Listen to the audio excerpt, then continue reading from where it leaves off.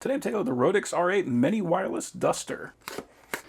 So we got our manual, we got a carrying bag, and we have got the duster. So the thing that makes this one stand out to me right away is that it is much smaller than I'm used to with dusters. Usually they got a great big bulbous head. This thing is nice and tiny. So if we look in there, we can see we got a fan with quite a few blades. It does have a grill on there. And on the other side, can't really see a lot in there. In the case, we got a couple of nozzles. We got a wide nozzle if we need to spread out that coverage. We got a narrowing nozzle, so this is just going to reduce the coverage. So if you need more precision work, you can do that. And we have a much smaller nozzle, which is going to be really good if you need to do something like inflate an inflatable. And because it has this cup design, means that even if you press this right up against an edge, you're still going to be able to get air into that. So these all just press in. Has a very nice look with that actually attached. It looks like it belongs there. And the last thing is our charging cable. And this is USB-A to USB-C. And then on the bottom we got our charging port and our power button.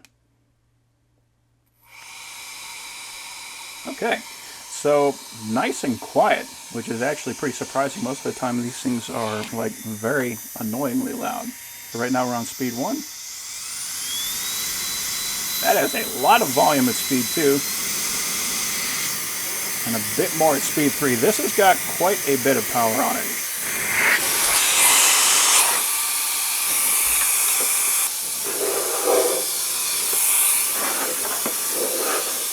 So definitely a capable duster.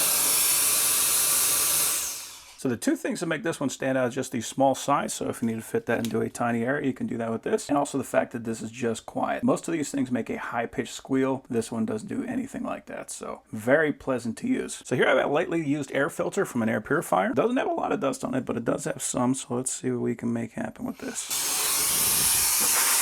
Oh yeah.